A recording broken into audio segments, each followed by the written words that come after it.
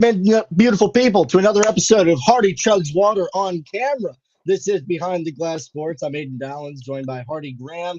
As always, we're without Mr. Miller tonight. He is being paid to do things in the journalism field now, and so he is doing those things. Not even schoolwork, all right? He's Not even cashing a school. check. He's done with that. He's No, cashing checks, doing all that fun stuff. funny, when, We when will. you're in JCM, there's no NIL, so you do have to wait until you graduate to cash checks. It's the damnedest thing. You are correct about that. But in his absence, we will make up for him. In with excessive charm and humor that only he can bring to Oh, this yeah. show. And we hope you feel his energy coming through your screen tonight as we wallow in the defeat that we suffered last night at the hands of Ole Miss. That was just simply put, Hardy. We're gonna get into this and break it down as best we can. But from everything I can tell, the little bit I've seen, I didn't get to sit down and watch the full game, but I think it's as simple as you can just say it was bad basketball. Yeah, they got punked. Straight up. They went out there shout out to Alabama. Since the last time we talked, they went on the road, beat a top 10 Texas A&M team. The Yep. game really was horrible to watch. Probably, from a purely entertainment perspective, might have been less entertaining to watch than the game last night, just because Publish our of take. the sheer number of free throws shot between Alabama and A&M. But Alabama did end up winning that game. Tide gets a little high on themselves. They come out very flat, and end up with a season high. What is it? 21 turnovers. Really, only 21. Well, yeah, only 21. I mean, they had But 18 with 12 minutes to play, so yeah. Well, because I think they finally figured out, how to get some kind of rhythm in their offense. But at that point, it was already too late. Yeah. The first, like you said, like 30 minutes of the game were just ugly. I can think the first 5 minutes of the game, it was it seemed like every possession they were going down there, it was turnover after turnover after turnover. Really rough night from that regard from Grant Nelson. He had 5 of them. Not great. Ole Miss, played a style that is perfectly aligned to beat Alabama, because what they do is they prevent anything from coming down the middle. They would rather guys come down the baseline, do all of that kind of stuff rather than drive, straight through the interior of their defense.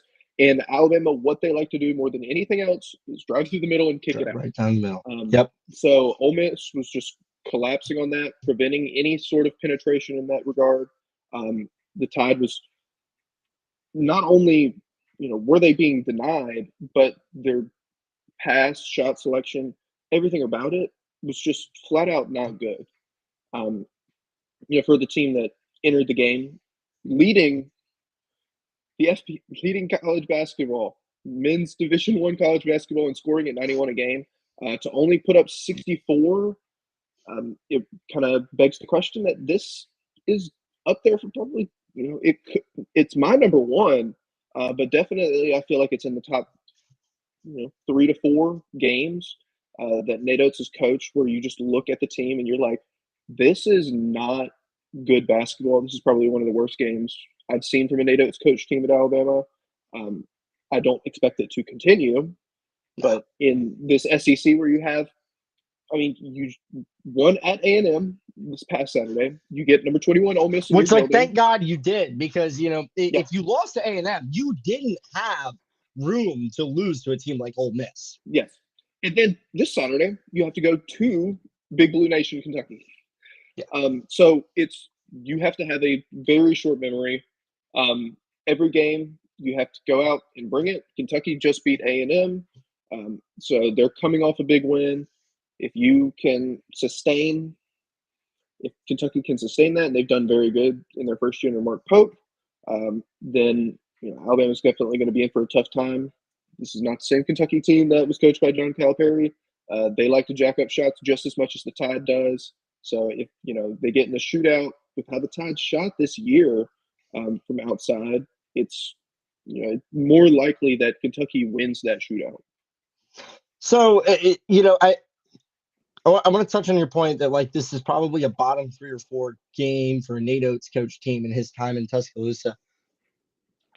I feel like we get one of these a year.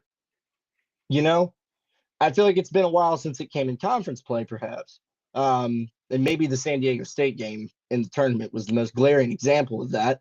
But I feel like you do get one of these a year from Alabama. And it seems to me that they always find a way to bounce back from it.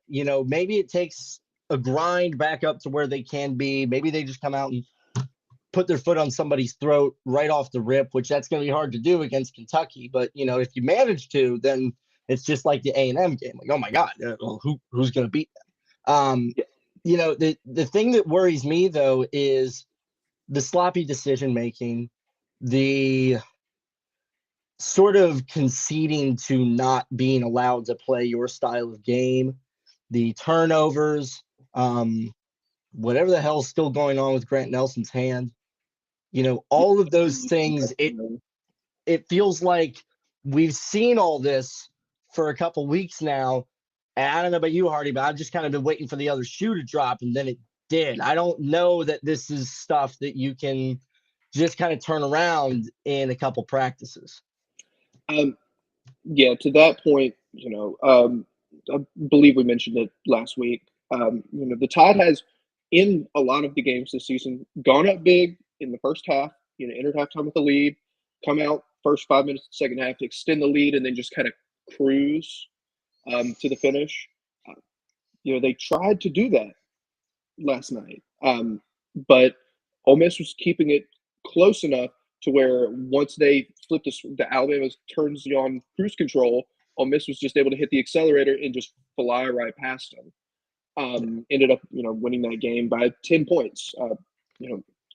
Malik Dia had himself a heck of a night. 23 points, 19 rebounds. That's criminal. What is criminal is not the 23 points, 19 rebounds. What is criminal is the fact that the elite defensive rim protecting center that we brought in from Rutgers only got 13 minutes of play in this game. I don't want to harp on Nate Oates too much, but this is the exact type of game that you brought Cliff Amore in for. And of course, we've heard nothing about some kind of nagging injury that he's nursing or anything like that. And I know he suffered the injury in the A&M game, so if he was on a minutes restriction, express that, tell us, right? That so that everyone is aware. If not going into the game, immediately after.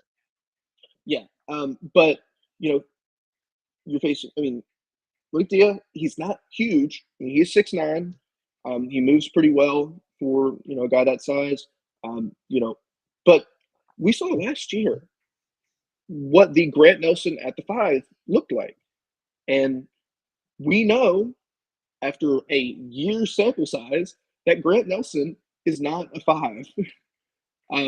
He does things very well when he can be on the perimeter, and we're still using this 3 big starting lineup, more or less, with him, Stevenson, and Amore, that, it's taking away from some of the shooting stuff because Grant can't shoot it super well, and Jaren has, his shot really hasn't been falling a lot this season. Cliff, he's not going to shoot him at all.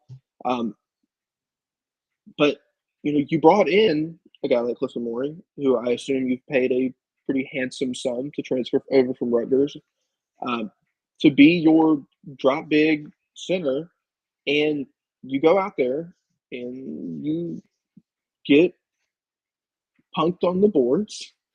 Ended up winning the rebounding battle 39-37. Ole Miss got 9 offensive rebounds. Because they didn't. I mean, you played pretty good defense all in all Yeah. throughout the game, but you let I mean, one. holding a Chris Beard coach team to 74 is nothing to turn your nose up at. Yeah, and Chris Beard's coached some very good teams. Been to the Final Four. Been to a national championship game, if I'm not mistaken, with Texas Tech. The very, very good coach, knows what he's doing. Not surprised that he was able to turn this Ole Miss program around whatsoever. But at this stage, Alabama is the better team, has done it more recently. Ole Miss could definitely be in for some type of season like Alabama had in 2021, where they go and they win the SEC tournament, SEC regular season, and end up going Sweet 16 as a 2 seed. Herb Jones, John Petty, all those guys. And that was Nate Oates' second year as the head coach. Now, I don't expect Ole Miss to do that, but for them starting 15-2 and 4-0 in conference play, definitely showing some good signs for them. That's a big win for Ole Miss, getting them some huge national attention. For Alabama, I mean, it was just a lot of really bad, sloppy basketball. 19 of 26 from the free throw line, that got them again. 5 of 20 from 3. I would argue LeBaron Philon's worst game in an Alabama jersey, 0 of 8 from the field, 3 turnovers. And they've been playing a little sloppy, especially in second halves of some of these games. So, if they need to tighten some of those things up, get the rotation stuff figured out. Darian Reed didn't play in this game. Maybe he's an X factor that needs to be in the lineup at some point during the game for us to win. But right now, we just have to suffer the losses and keep moving on. I didn't, like I said, I didn't get a chance to sit and watch the game. We did have practice on the field that is still covered in snow. So that was fun. That's why I didn't get to watch. But I do want to give a bit of a shout out to Hayden Holloway. Just looking at the stats, it seems like maybe he bounced back from what, in my opinion, at least the first half was a piss poor showing at Texas A&M. I don't really give a damn how physical a Buzz Williams team is. I don't really give a damn how they were playing you. He looked scared to be on the court and have the basketball in his hands. Like he looked fearful of the contact, and he led the team in points. So however he was feeling in that A&M game, he shook it off and had himself a bit of a bounce back. So that's nice to see. Shout out to him.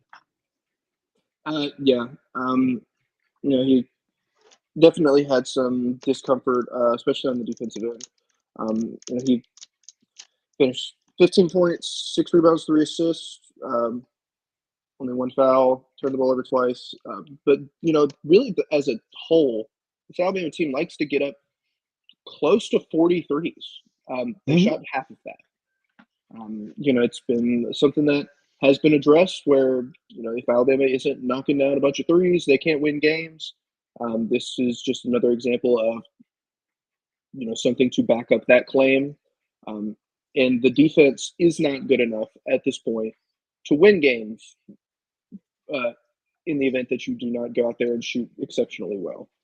Yeah, and at minimum, you need to keep taking the shots, which is why I absolutely loved what Nate Oates did in that A&M game, where I believe it was Youngblood sank like 4 threes in the first 10 minutes of the game, and then he passed up an open look, and Nate yanked him, pulled him right out of the game for that. And I just love that attitude, because if you aren't at least taking the shots, even when you're not making them, if you're not trying to keep them honest on the perimeter when they're playing defense, then that middle that you love to drive down is never going to open up for you.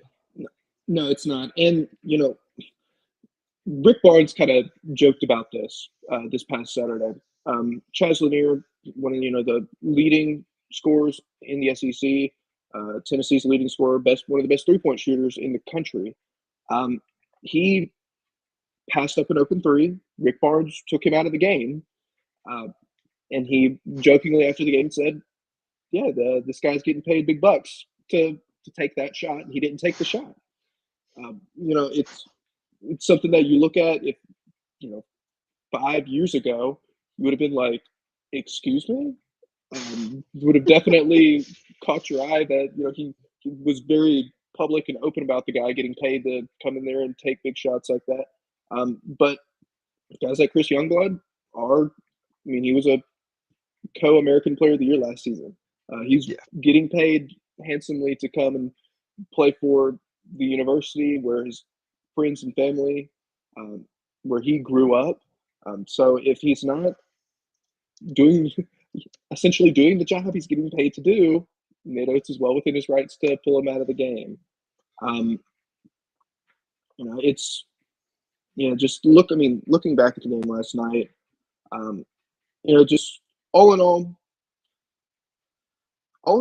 decent defensive performance. Ole Miss took one more three, made one more three than Alabama. But if you want to point to something that's really the difference,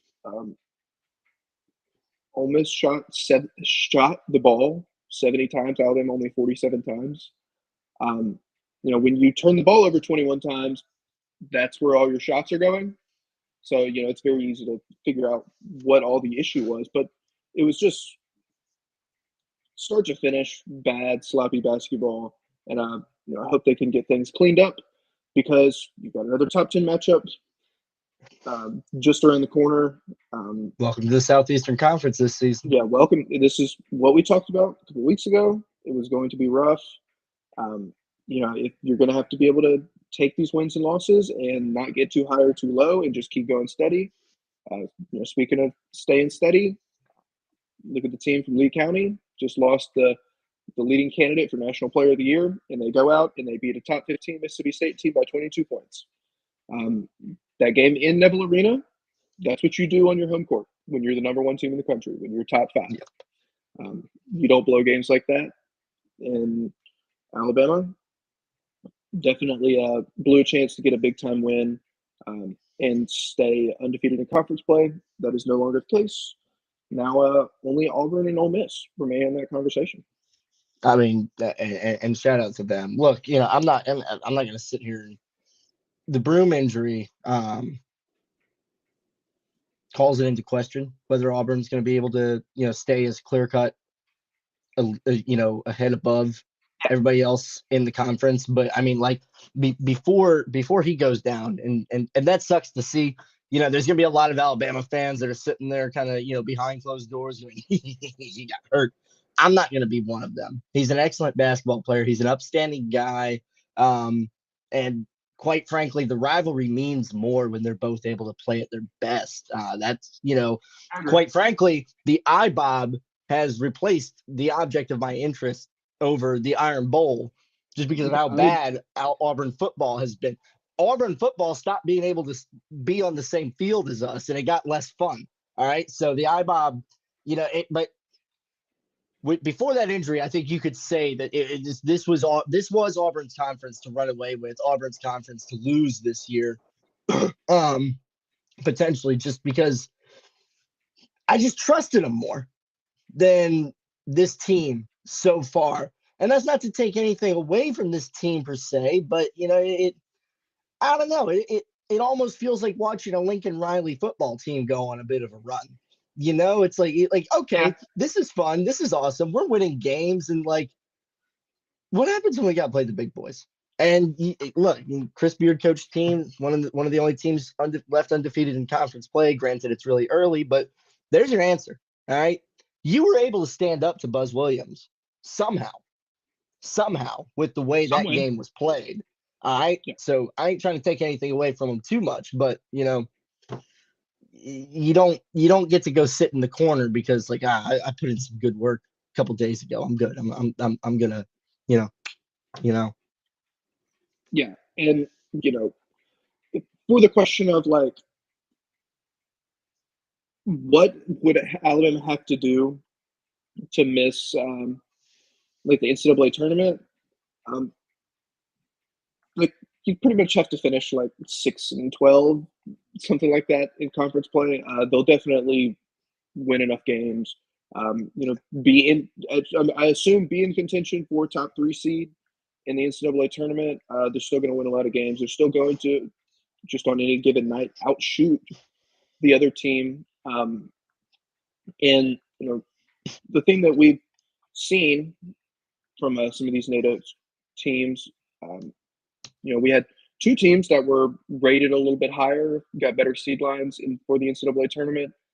They end up finishing, in the Sweet 16 because the shots stopped falling. Yeah. Both of those teams were better on the defensive end. The team that made it to the Final Four last year was the one that we had probably more questions about on that end of the ball Than than anything else. than any other NATO's coach team. They made it to the Final Four. It's all about getting hot at the right time. Like I said, not getting too high or low, staying relatively injury free. We've had a couple of guys banged up past couple of weeks. Alabama, every SEC team there's a week in their conference schedule that they do not play anybody in the middle of the week. So they essentially have like 7 days off. Right. Just kind of works out that I believe Alabama's is in February. So that would give them, a little bit more time to rest up. So if they can get back, get healthy, that would be a huge contributor towards making a run, possibly winning the SEC tournament, getting back to the Final Four, all of those good things. That's going to depend on the date of the Georgia game. If the Georgia game ends up being Saturday the 31st, which is likely, then they'll have a week between that and the Arkansas game. But yeah, and I think that's likely where that falls. I mean, what is the 29th? Of January, it's a Wednesday. Yeah, 29th's a Wednesday. Yeah, I imagine it would. Just kidding. The 29th is a Thursday. 29th is a Thursday. The 29th of January is a Wednesday. Am I tripping? Yes. The 1st of February is a Saturday. I imagine that Georgia game will be played on the 1st of February. Yep. All right. Alabama will, and that's where it was initially scheduled. But I imagine Alabama will get a week off after that. If it is delayed, then it'll probably only be delayed a couple of games, and they'll play the game the 4th or the 5th of February. So Alabama will still get an extended break right there at the end of the month. And January is where we've the end of January is where we've seen a lot of these big time starts for SEC programs. Finally, I don't want to say crash and burn, but that's how it kind of goes. Alabama lost. That's where you rest to the mean. Yeah, Alabama lost that game to Oklahoma a couple of years ago with Brandon Miller, also in the top 3 of the NATO games that I refer back to when I think of bad basketball overall. Auburn's big time run when they started, undefeated in conference play ended at the end of January. I believe the Alabama team that won with Herb Jones, John Betty at the end of January, that's where they finally kind of lost all of their step. And all of those teams, again, finished very, very well at the top of the conference, but, showed flashes of not being able to maintain super high elite levels of play. In this conference, you're going to lose games. To go out there, the energy you have to exert on a nightly basis to stay perfect is extremely difficult. Ole Miss has to go to Mississippi State, and I believe it might be tomorrow. It might be this weekend. No. Mississippi State goes. Ole Miss goes to Mississippi State. Very fair chance they lose that game on Saturday. Fun Saturday in the hump. So you've got. It's a hell of an environment. That's one of my favorite environments in college sports. If we're being honest. It's fun. I love the hump. I got a couple of Mississippi State friends over there that rave about it, and Chris Jans. That's just another example of an SEC team. Chris Jans has done exceptionally well. So every game, like I said, we'll keep reiterating. It's going to be difficult for Alabama fans to watch games like we saw last night and say, are we really good enough to make to make it back to the Final Four, to make a run in the SEC tournament, any of those things? Um, it's just about getting hot at the right time. And no one really wants to hear that because it usually sounds like it's not the best team that wins the NCAA tournament. It's the team that gets hottest at the right time. Because it usually isn't. And I would argue that the NCAA tournament, just by nature of it, there's a group of somewhere between like 8 to 10 teams, usually on a given basis, that have all the tools necessary to go out there and win the whole thing. Once they get into the NCAA tournament, the frauds are checked very, very quickly. You will lose in the first weekend, either in the first or second round. Someone's going to upset you. So, if you can shore up all those things and keep consistency the number one thing, you win a lot of games. You can go deep in the tournament. And if you happen to get hot shooting from three, like the Tide did last year, even with the that horrible showing in the Grand Canyon game, you can get back to it. Okay, but again, it was a rugby match. That game drove me up a wall for so many reasons, and 90% of it wasn't the way the Tide played. Okay. Yeah. Just kind of looking around the rest of the SEC. As we mentioned, Mississippi State lost. A&M lost at Kentucky. Missouri Tigers, after going without a single win in conference play last season, go to the O-Dome down in Gainesville, upset Florida, who was sitting at number 5 in the rankings. Gators dropped to 2-2 in conference play. They've lost at Kentucky, and they just lost last night to Mizzou. So, like Alabama, Gators put up a lot of shots. They rebound. Thing that they do really well, get offensive rebounds. They weren't able to necessarily do that super well last night, and they drop a game because of it. It's much more respectable showing. Yeah, much more respectable showing than perhaps Arkansas and that Calipari team. That is, if you happen to pull up anything, you'll notice who's currently sitting at the bottom of the SEC standings at 0-4 in conference play, the Arkansas Razorbacks. It's almost like the Kentucky fans may have been on to something for a few years. Yeah.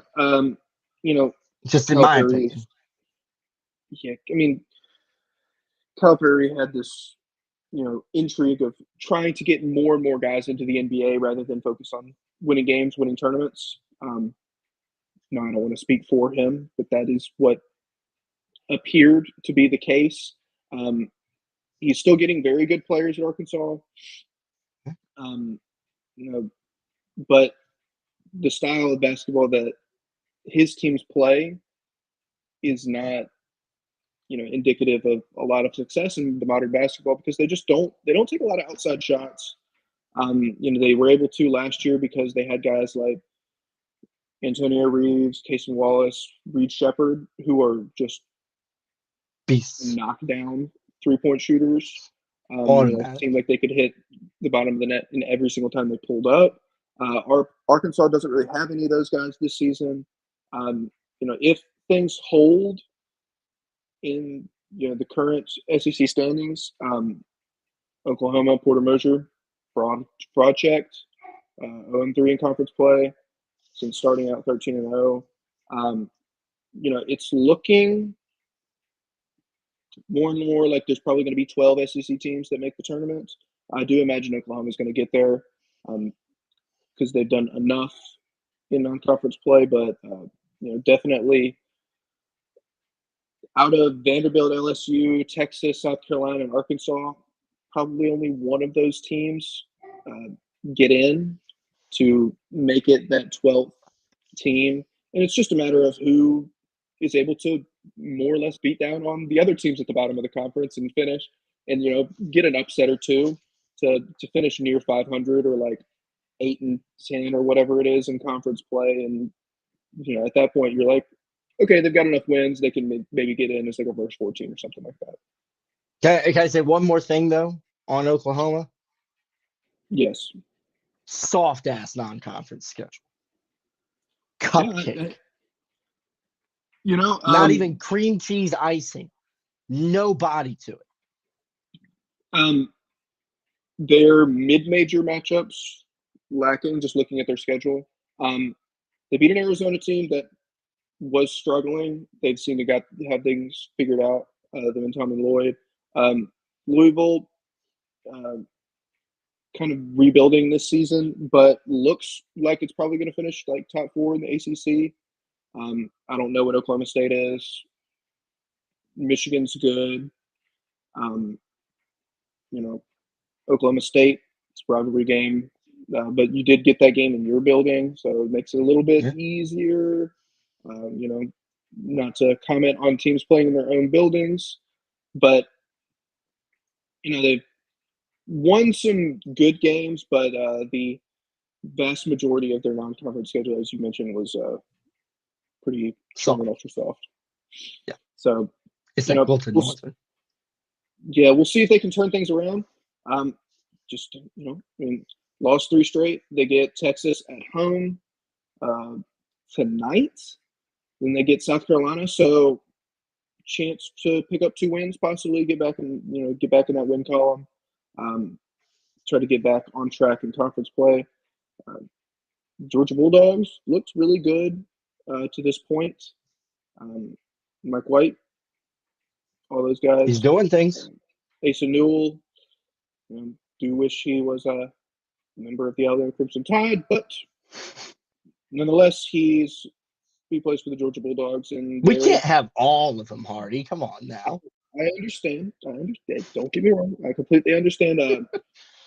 But he's doing really good things over there at Georgia. Josh Hubbard's awesome. With Johni Broome out, do you have any leading candidates for SEC Player of the Year? We don't know how many games Broome is going to miss. It could be 2, it could be 12. Some of these ankle injuries, and if Auburn keeps winning, they don't need to rush him back. No, they'll let him take all the time he needs, and as long as they're going to be a top 4 seed in the tournament, they'll be okay with that. Bruce Pearl's brash, but he's smarter than people give him credit for. Am I being a homer if I say that depending on if LeBaron Filan doesn't have another game like last night, he can play his way into, maybe at least freshman of the year, but the kid ain't playing like a freshman. Yeah, just playing like a lottery pick. I don't imagine he will be up there for SEC Player of the Year. Freshman of the Year he could definitely have a chance to compete with that. Mark Sears, he's up there. He coming into last night, he was the SEC's leading scorer at almost 19, 20 points a game, something like that. I don't disagree with you. I think he's deserving. I just think that he can't do enough for people for some reason. At least the people that vote on these things. Yeah, no, I don't know, and I'm not assuming Mark Sears would win that award. I like Chaz Lanier at Tennessee. He's been really good. Tennessee stays in the top 10. He's got a chance to win it. And now all of these, again, are just based entirely on if Johni Broome misses 8 games. And right. Even if he misses 8 games and he comes back and he just goes on an absolute tear the second half of conference play, he could still theoretically win it. I would doubt it, but it is possible. Walter Clayton, Florida, kind of plays a lot like Mark Sears. Trey Johnson at Texas, super exciting freshman. He's probably got the nod for freshman of the year. If a name that definitely sticks out to me, if Mississippi State can maintain top 15 relevance and Josh Hubbard goes out there and does his damn thing, he could definitely take home that award. That would be really awesome. I, again, do not expect it, but at this point in the season, just got to look other directions for who could possibly take home that award. What about Lamont Butler?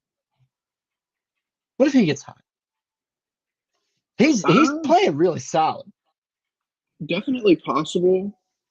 And it's one of those things where like whoever Because I don't think there's a runaway favorite outside of Broome. I think like there's a million directions we could take this because like it almost feels like Alabama's team last year as a conference. Like, yes, this is clearly a very good team. Who's our best player?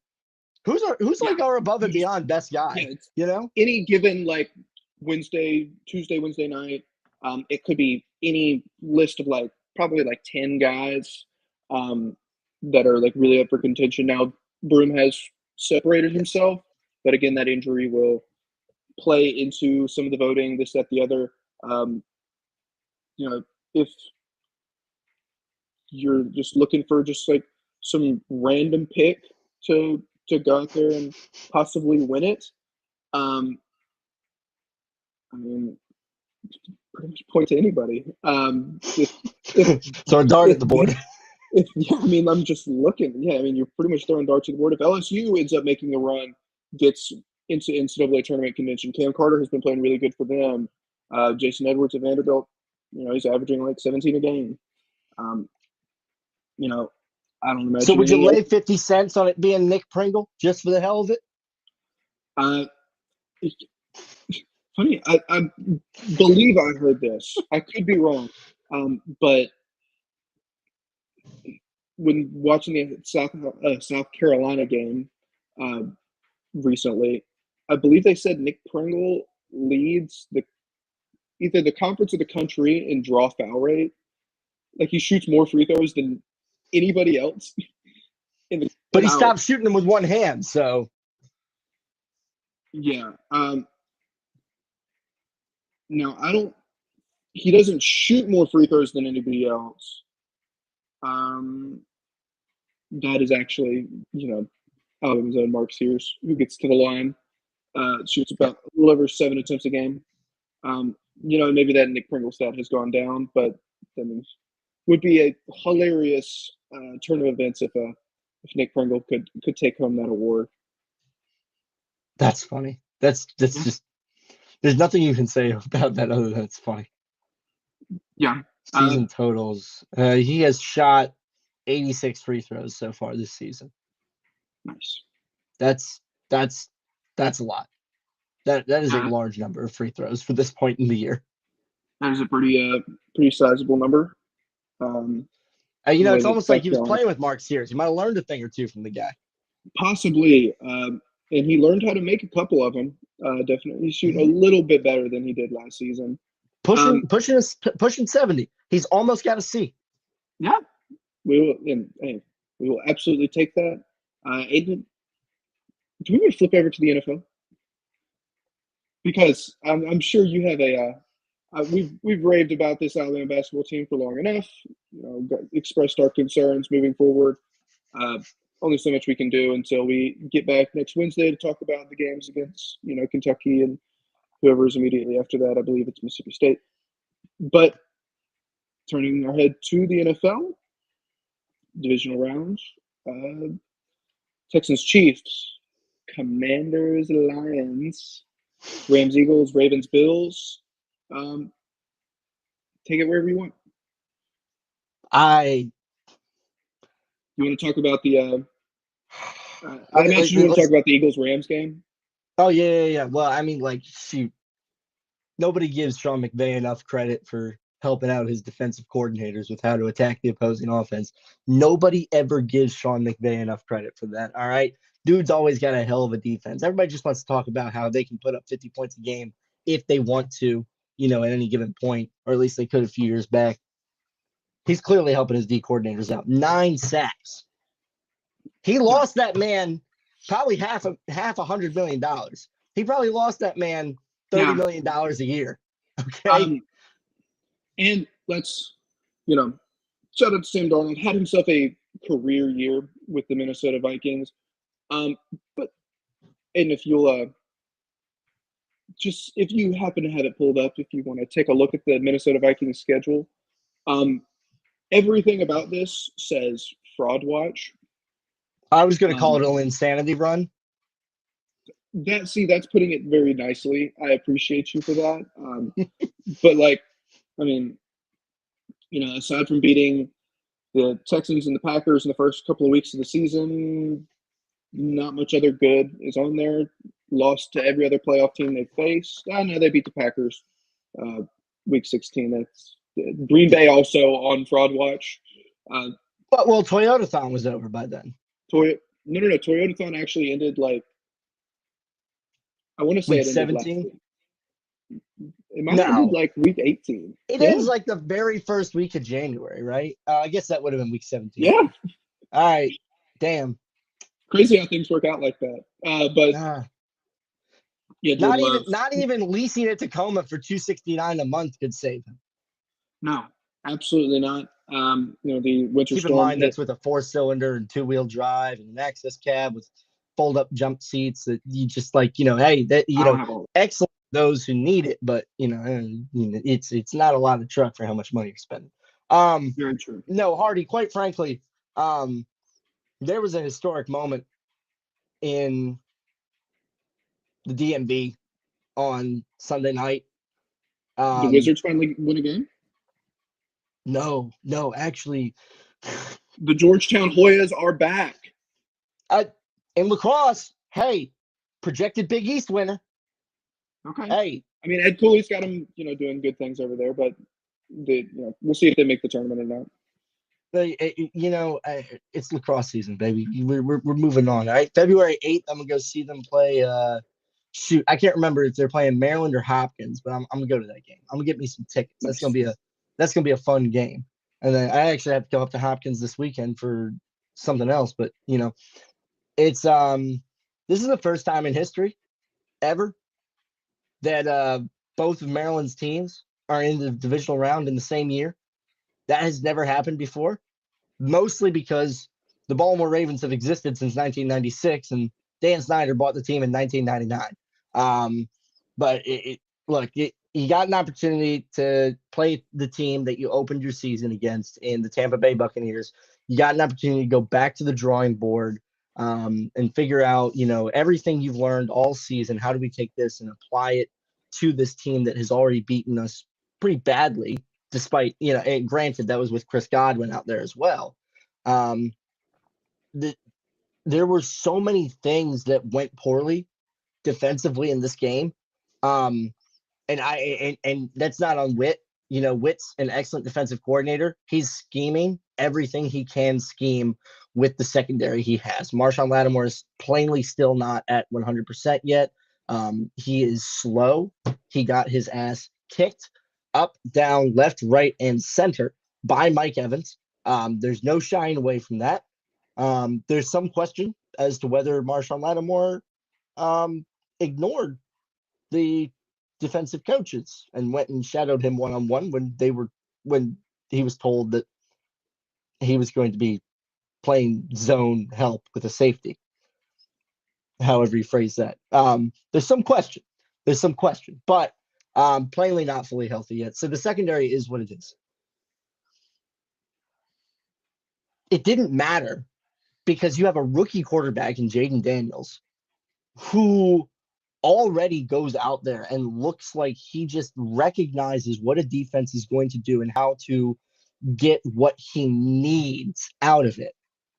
The way, prime Peyton Manning, the way end of career Tom Brady, the way, prime Aaron Rodgers, the way younger Russell Wilson, all of those guys could. And, you haven't had a run game for about a month because the offensive line has not had a consistent lineup due to injuries and guys rotating in and out and splitting snaps. B-Rob is clearly banged up and they refuse to, just give Chris Rodriguez the ball for whatever reason. Austin Eckler's finally back. That hasn't made too much of a difference, although he's a nice pass catching back. And that is the nice pivot into the air raid works at the professional level. Jaden Daniels knows what he's doing. Cliff Kingsbury has taken the late, great Pirates offense to the highest height that it has ever been before, and that is just full-blown we are air raiding everybody in the time of possession game at the NFL level. Because that's the thing about this is when you run the air raid with a quarterback that has such a high completion percentage and you're able to intentionally get 4, 5, 6 yards at a time. You're going through all 3 downs in most series. The Bucks got the ball 8 times. Yeah. There were 8 possessions. We didn't punt. We didn't turn the ball over. That's not really what, that's important. But the main thing was time of possession. That's the way that this team and there's nobody that you can't beat playing the game that way. So I could go and wax poetic and philosophical all I wanted about what this means to us as a fan base and just how special it was to sit there and watch that game with my dad, not even remembering the last one. All right, you go back and you watch the film of the last time the Redskins won a playoff game. It's in low definition. You cannot tell whose jersey number is flying in from out of the end zone to try to make the tackle. It's not even 480i, brother. Huh? I said just assume it's Champ Bailey's. Yeah, probably. Yeah, no, he was in Denver at that point, but it's probably Sean Taylor. It's probably Okay. Sean Taylor or Fair Fred enough. Smoot, but that's that. Look, if it's Sean Taylor, he was still wearing number 36. I'll tell you that much. Right? Yeah. So like that's all special and everything, but the thing that's really incredible is to not necessarily sit here and feel like, oh, well, now we're going to get bounced by the Lions. No, I don't feel that way. I feel like if you can disrupt Jared Goff's timing, he does things he shouldn't do. And if you can get to him and disrupt his timing, he's not as capable of getting it to the millions of weapons he has that there's no way in hell our secondary can cover. And if you just don't give them the ball back because Jaden's thinking and dunking all over the field, then Hardy, I'm not going in here feeling like, all right, well, maybe if we can lose by less than 2 scores, Yeah, no, and I imagine that the Commanders will go in there and make it a very competitive game because they've played competitive throughout the majority of the season. Jaden Daniels has, even being drafted number 2, winning the Heisman Trophy last year, he has exceeded expectations as a rookie quarterback. Has come in very refined, done all the things he needed to do, got himself a playoff win in his first year. And that's something that, Washington fans can look forward to. Say, hey, we, for at least, the next, 10 years, we've got a guy. Got a guy that we can look at and say, hey, you're going to lead us to playoff games, hopefully lead us to Super Bowls, all this other stuff. We'll focus on building everything around you. And then whenever, your rookie contract is up and we have to pay you $73 million a year or something like that. Yeah. Whatever he might be worth at the time, given the market, they're going to go out and pay him. For rookie quarter, a lot of teams in Jaden Daniels, while it wasn't a perfect fit, he was equipped with enough around him to be successful his rookie season. Some players come in, they seem to have all of the weapons in the world and are not successful. Others come in, have no weapons whatsoever, and you're like, who's the guy catching passes for the New England Patriots week 17? And you're like, okay, he's still got things to work on, but I think he'll be fine. Jaden Daniels, out of all the quarterbacks this year, has stood out to me to be the best. Bo Nix looked good, but we'll see if his Bo Nix has looked really good. Yeah, we'll see if he. But Bo Nix has a better offensive line in front of him. Bo Nix has better receivers. Bo Nix has a better defense. And better receivers. Better receivers. That Mims kid is legit. You got Cam Sutton. Is legit, but you got the Mims kid. You got Franklin. I don't think they have a. Terry McLaurin is like right there on the fence of being like an elite number 1 receiver. I don't think Denver has any of that. But Cam Sutton, dude. Who's been throwing him the ball for a while? No. Respectfully, no. I'm not putting him on the level of Terry, but look what's behind Terry. brother, the second leading receiver on the team is Olamide Zaccheaus. Okay? Well, that just sounds like you're being disrespectful. I am a little bit, okay? Because he's looked like Nelson Aguilar on and off throughout the year, if we're being honest. All right? No, I mean, Terry McLaurin missed 1,000 yards. You know, he did the damn thing. He's good. Yeah. Very good player. Zach Ertz. Just Noah Brown, allergic to Noah getting Brown. yards after the catch. Yeah. We'll see. He You know, he cracks they'll me up, probably- man. Every time he catches the football, he gets up looking like, oh God. All right. Do I have to go back to the line of scrimmage? Okay. All right. Let's go. I imagine while they probably need to draft offensive line, wouldn't surprise me if they went out and found their new franchise quarterback another toy to play with this offseason, either in free agency. Getting a guy like T. Higgins could be on the table. You've got $100 million, and you're more likely to hit on a free agent weapon than you are to hit on a free agent cornerback historically. Yes. And so I think for that reason, you do need to draft secondary and line, and you need to go spend money on, on a T. Higgins or somebody of that, acumen. Now, if you find yourself sitting there staring down the barrel of, for some reason, Cam Scadaboo still on the board in the third round. Sure. You mean the next Austin Eckler? Yeah, come on in here, man. Why not? Turning to some of these other playoff games, Chiefs get the Texans. This should be fun. These teams, the Chiefs have been the best team in the NFL, despite some offensive inconsistencies. Texans a little down from last year in terms of like what we've seen on their offensive production. They've lost a lot of weapons to injuries this season. But that defense, bro. But both of their defenses are very good. Should be an interesting playoff game. Ravens-Bills is lined up too. If, the whole MVP discussion, you shouldn't be allowed to cast your ballot until after this game is played, because whichever one of them shows up and shows out in this game should just get the trophy. That's that seems like a more than fair enough way to decide who's going to win it, because it's down to those two guys at this point. Although I am going to be kind of miffed if Jaden doesn't at least get a vote of 3. He'll win Offensive Player of the Year, I think, fairly easily. Yes. But we'll see if he takes so many MVP votes. Eagles-Rams. This is probably the game that I'm most interested in, besides the Bills-Ravens game. Stafford and company heading up to Philly. The Eagles have been really good this season. Both teams have, great weapons on the outside. I think the Eagles are a more complete team. But the Rams have a guy 1-53, that's the best roster in the NFL. Yeah, I totally agree. But the Eagles have a guy that has been to a Super Bowl and lost. The Rams have a guy that has been to a Super Bowl and won.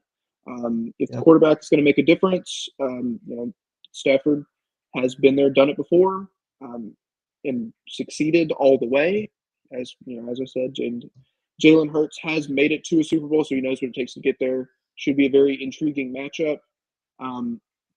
Wouldn't surprise me if Saquon got, after passing up an opportunity to get a touchdown last week, if they feed him the ball like 35 times and say, go get you 200 touchdowns, and just go out there and feast on a Rams defense that I'm not sure top to bottom is super elite. We'll definitely see. The truth of the matter is that sack number in the game against the Vikings was largely inflated by the fact that Sam Darnold I think that ball got super glued to his hands or something. I think somebody ought to be checking into that. That was forget the Deflate Gate. Now we got to talk about Sticky Gate. Yeah. Sam Darnold in that game. I don't know. There was like multiple instances where it was like, all right, you're 3rd and 6 and you're in field goal range. Just don't take a sack. Just don't take a sack, and you can still, possibly kick the field goal, stay in the game, all of that stuff, and 13 yards. Yeah, like not just a sack, just an egregious sack. Yeah, had definitely struggled with the idea of throwing the ball away, and we've seen quarterbacks over the years that do that kind of stuff. Any predictions on Sam Darnold? Where his future will be?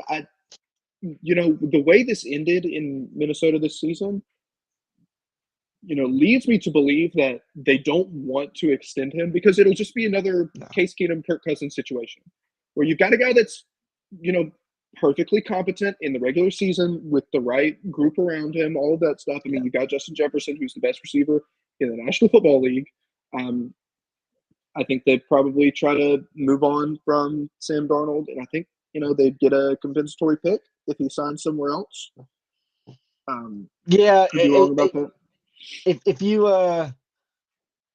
watched that telecast and you saw the look in towards the end of the third quarter, about the 6th or 7th sack he had taken, if you saw the looks on Kevin O'Connell's face as they would cut to him on the sideline after those sacks, you kind of know how that's going to go this offseason. And you I just think took Dallas is JJ going to be in the McCarthy. market for him. They could be, but I mean, You Dallas, can't trust Dak to stay healthy at this point. Yeah. I mean, we'll see.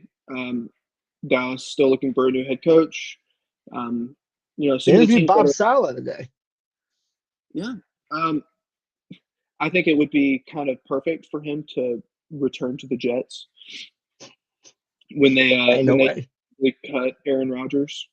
They'll want him. They'll want him. He's not going to sign the contract. Yeah, guaranteed. I mean, we'll see. Should be fun to see how that plays out. Anything else you need to get to before you get out of here? Who knows? He could be. My batshit theory is that Justin Herbert's 4 interceptions, which, thank God that maybe I don't have to hear about this guy just incessantly throughout the week now. I'm tired of us acting like he's anything more than just an average quarterback who happens to be 6'13". Well, he's closer to Jay Cutler than he is Brett Favre. Josh Allen's closer to Brett Favre. Justin Herbert closer to Jay Cutler, maybe a little bit. Yeah, and my fandom of Jay Cutler is because of the pancreatic deficiency. So No but offense I've got no offense taken. Actually, like Jay Cutler more than Brett Favre, for human reasons. Right. And I thought it was just more entertaining to watch. They play the ball. They play the game pretty similarly. Jay Cutler just did not care. No, he's just going to rip it.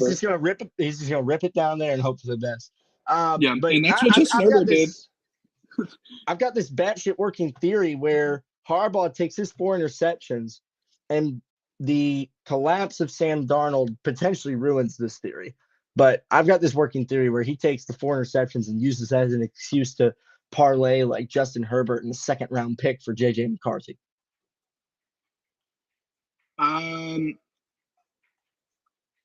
That would be kind of insane, personally.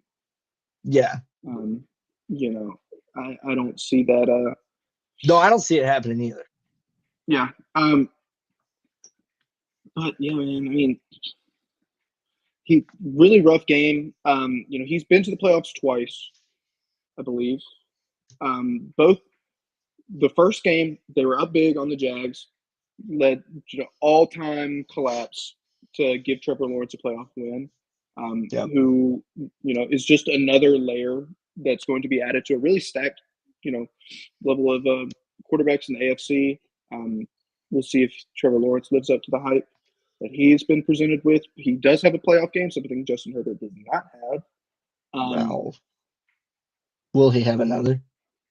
We'll see. I don't know. It's the Jags. I mean, organizational stability is something that really means more than a lot of people give them credit for.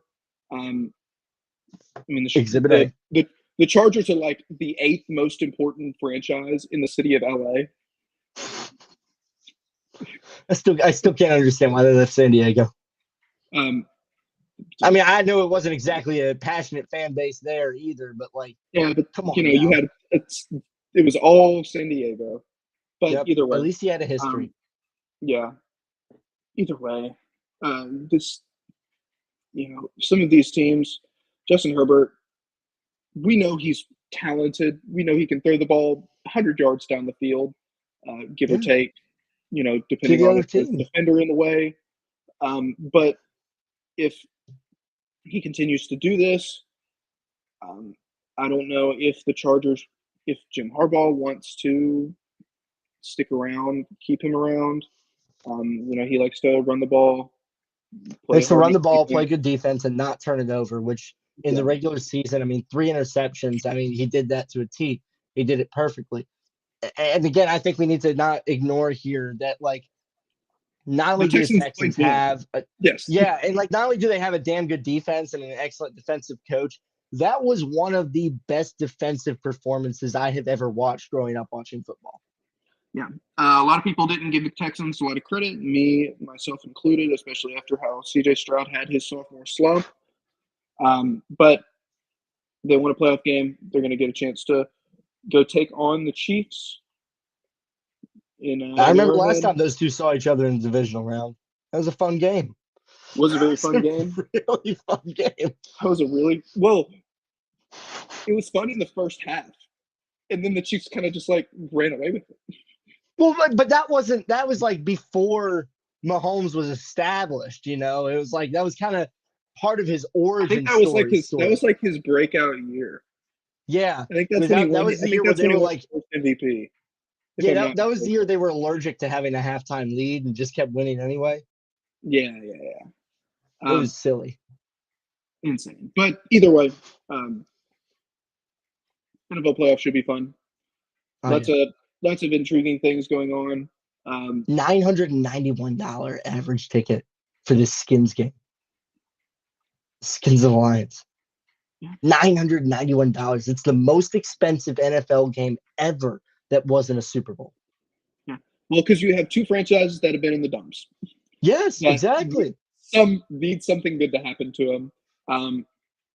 If you need any more evidence, mediocre owners that run a business and chase headlines more than wins, that just putting a competent product on the field will make you money. There it is. By the way, the entire city of Washington in the last 3 weeks has completely accepted the name Commanders. I am buying Redskins jerseys on the cheap at IKEA parking lots right now because people are clearing out their gear to start buying Commanders gear. That didn't happen when they renamed the team the first time or the second time. That happened when you won 12 regular season games and caught a playoff dub. Yeah, that's what you got to do. And hopefully just win, baby. Hopefully, just win. Real quick, if you got a couple of minutes, just kind of rolling through these playoff games. If you want to pick them with me real quick, I think Chiefs get the win over the Texans. Okay. It's just a matter of time. I will side with the Lions. First, Jaden Daniels got himself a playoff win his rookie season. I think Lions roster top to bottom, even with some of the injuries they've had, will cause them problems. I think the Eagles win over the Rams, just as you mentioned earlier, better roster top to bottom. And then I think Lamar Jackson goes into Highmark Stadium in Buffalo, New York, and pulls out a dub against the Buffalo Bills to quiet the Josh Allen MVP stuff. And Allen might still walk away with the award, even though I think Lamar should probably get it. I'm going to also pick the Lions, if we're being honest. I think the Commanders can give them an excellent show. I think it's going to be a great football game. I'm excited to watch it. I'm really thankful we got the 8:00 kick because I'm going to be up in Hopkins at a coaching clinic all day on Saturday, so I'll be getting home before it starts. I think it depends on what kind of a day Jahmyr Gibbs has. I'm not expecting much out of Montgomery. There's no way he's fully healthy and can push the pile. I don't know what we're trying to prove here. As a matter of fact, I'd just go ahead and announce now that you're sitting him still, actually have him for the championship game of the Super Bowl if you make it that far. I would normally say that I think Detroit's defensive injuries, given the way we were able to possess the ball against the Bucks, and they run the air raid and they spread the field out, I would say that the defensive injuries are going to be too much for the Lions. The problem is they got that linebacker back. And there's nothing that wrecks an NFL game like a white linebacker with long, stringy blonde hair. Yeah. It's science, man. It's science. That plays in the NFC North, no less. Yeah, exactly. Like look what happened to AJ Hawk when he cut his hair. Clay Matthews stepped in and took his job immediately. Yep. So, I am going to take, in all seriousness, I do think the Lions will win that game. I think the Eagles will win. I won't be surprised if the Rams do. I'm going to take the Ravens as well. Derrick Henry creates holes for Lamar. Lamar creates holes for Derrick Henry. It's a time of possession thing. I don't think that Josh Allen is going to have the ball in his hands enough to win that football game for them. Not saying he can't do similar things, but he doesn't have the cast around him that Lamar does. I'm going to break with you on this one, though. Give me the Texans, man. Okay. This whole thing with hey, the Chiefs are just saving their tricks for the postseason, like Wimp Sanderson would for the SEC tournament back in the day. That's all well and good. You rested your starters. You got a bye week. I understand the narrative of Andy Reid coming off the bye, but man, DeMeco, hey, that we'll defense. See. There's a very real shot. Chiefs fans don't give this game the time of day and are looking ahead to playing either the Ravens or the Bills. Don't buy up enough tickets. Crowd's not as into it as it should be. I don't know about all that, but we'll see. I'm just grasping at straws here. Oh, yeah. Looking for reasons that CJ Stroud could be. I think it's going to come down to defensive scoring. I think there is going to be a defensive touchdown for the Texans in this game. And I think that that's going to be the point margin. That right there. And the line on FanDuel for defensive or special teams touchdown, and just go ahead and take it for me. Hey, I don't do all that. All right. But I'll write down what the odds are tonight. I'll write down how much I would have wagered, how much I would have won. That's what I like to do. All right. Because I used to have the excuse if I ain't got folding cash to do all this. Well, now I have folding cash to do this. And I just recognize it's probably a bad idea. Could be.